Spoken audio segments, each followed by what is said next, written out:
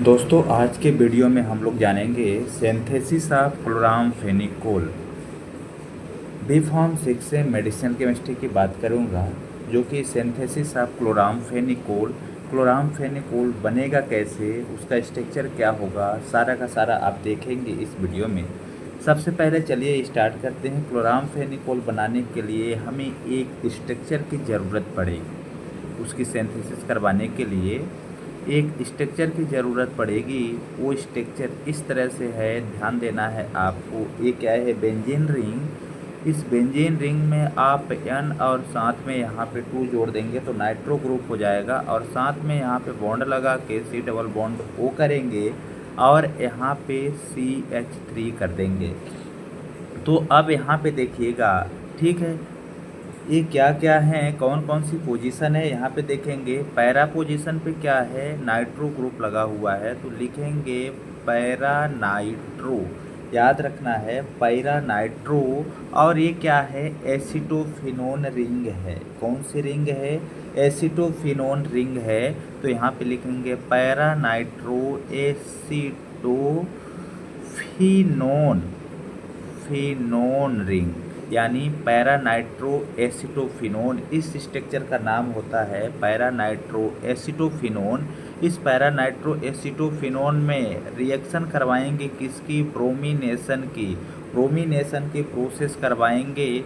जैसे ही ब्रोमिनेशन की प्रोसेस होगी आप लिख लेंगे ये कौन सी प्रोसेस है? ब्रोमिनेशन। क्या करवा रहे हैं? ब्रोमिनेशन में Br2 यानी ब्रोमीन के 2 मॉलिक्यूल्स। जब ब्रोमीन के 2 मॉलिक्यूल्स को यहाँ पे देखेंगे तो यहाँ से एक ब्रोमीन रिएक्ट होगा इसके साथ, और यहाँ से एक H बाहर होगा, तो HBr बाहर निकल जाएगा और इस ब्रोमीन का एडिशन इस जगह पे हो जाएगा। तो रिंग में क्या है? ये है अपने पास रिंग है, तो यहाँ पे इस तरह से यहाँ पे करेंगे, ये रिंग बन गई। कौन सी? Benzene ring. और यहाँ पे एसाइल ग्रुप था, COO एसाइल ग्रुप, कार्बन के साथ डबल बॉन्ड करके ऑक्सीजन था वो जोड़ देंगे। और यहाँ पे क्या है? CH3 है। CH3 से एक हाइड्रोजन यहाँ पे निकल गया है, तो ओनली बचा क्या है? CH2। और यहाँ पे बॉन्ड लगा के ब्रोमीन यहाँ पे ऐड हो गया है, तो यहाँ पे लिख दिया ब्रोमीन। यहाँ तक समझना है आपको अच्छे से। इसका नाम क्या होगा? यहाँ तक नाम देखेंगे। इसका नाम है पैरा नाइट्रो, तो इसका भी नाम क्या होगा? Para nitro. याद रखना है क्या रहेगा? Para nitro. और रिंग कौन सी है? फिनाइल रिंग है, तो यहाँ पे लिखेंगे पैरा नाइट्रो फिनाइल। और साथ में फिनाइल। और ये कौन सा रिंग है? एसाइल रिंग है, तो यहाँ पे लिखेंगे एसाइल, और साथ में ब्रोमाइड है, तो क्या लिख देंगे? ब्रोमाइड। तो इसका नाम हो जाएगा इस स्ट्रक्चर का पैरा नाइट्रोफिनाइल एसाइल ब्रोमाइड। यहाँ तक ध्यान देना है। जैसे ही आप यहाँ तक देंगे तो इसके जस्ट बाद क्या होगा? यहाँ पे नेक्स्ट प्रोसेस करेंगे, जो कि हेक्सामाइन रिएक्शन होगा। किसके साथ? हेक्सामाइन के साथ। याद रखना है किसके साथ? हेक्सामाइन। ये क्या है? हेक्सामाइन। हेक्सामाइन का फार्मूला मैं बता दूं, होता है CH3 और 2 के 6 मॉलिक्यूल्स और N के 4 होते हैं। इसे बोलते हैं क्या? हेक्सामाइन। क्या बोलते हैं? हेक्सामाइन। इसमें रिएक्शन होगी HCl के साथ और साथ में इथाइल एल्कोहल के साथ। इथाइल एल्कोहल, ET यानी इथाइल एल्कोहल हम लोग पढ़ते हैं शॉर्ट फॉर्म में। अब देखिए इसके जस्ट बाद रिएक्ट होगा, तो यहाँ पे होगा क्या? ये जो हेक्सामाइन है, तो ब्रोमीन के स्थान पे एमीन ग्रुप जुड़ जाएगा। याद रखना है ब्रोमीन के साथ क्या जुड़ जाएगा? एमीन रिंग जुड़ जाएगा। तो इस रिंग को जो यहाँ पे दिखाई दे रहा है ना, इस रिंग को आप यहाँ पे बनाएंगे। जैसे ए रिंग हो गया, रिंग में ए, यहाँ पे क्या है?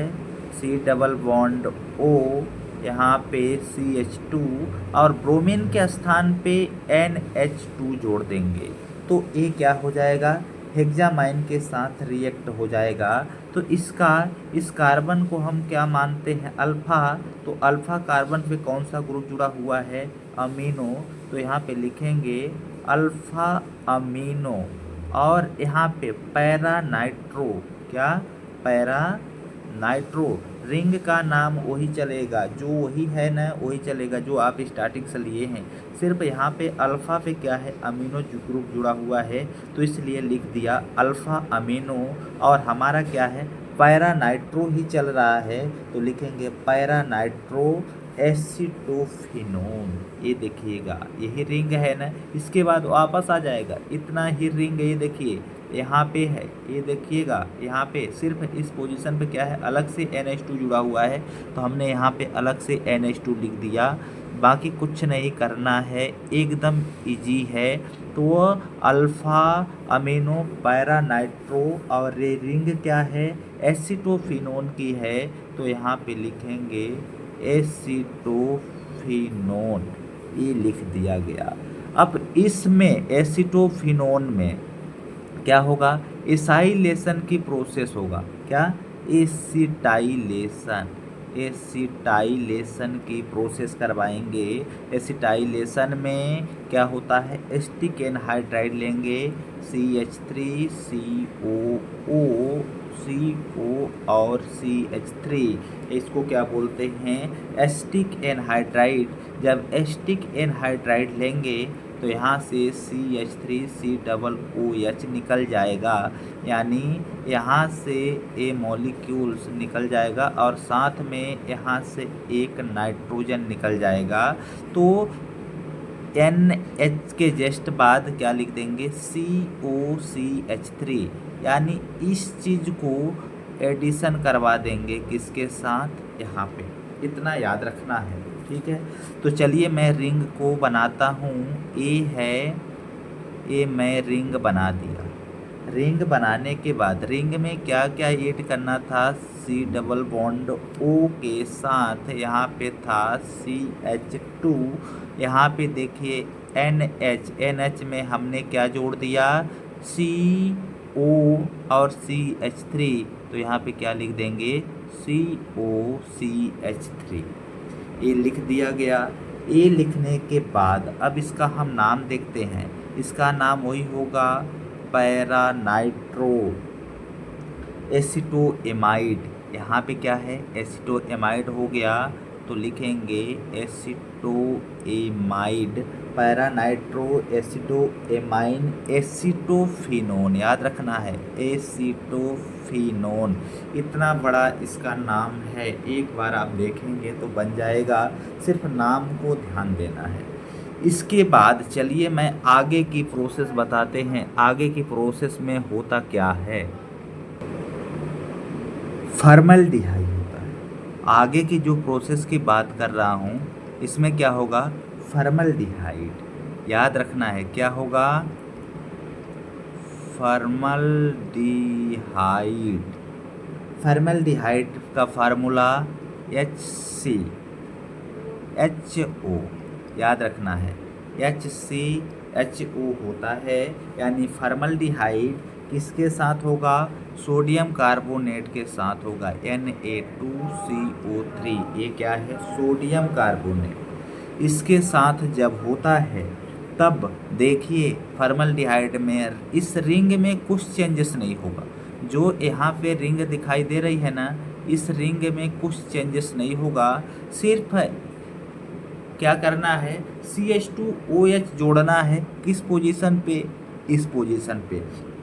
रिंग बाकी सेम रहेगी, ये जो आप बनाए हुए हैं, आप यहाँ पे स्ट्रक्चर देख पा रहे होंगे, ये वाला यहाँ से यहाँ तक, इसी रिंग को आपको दोबारा से यहाँ पे बनाना है। ये बना देता हूँ,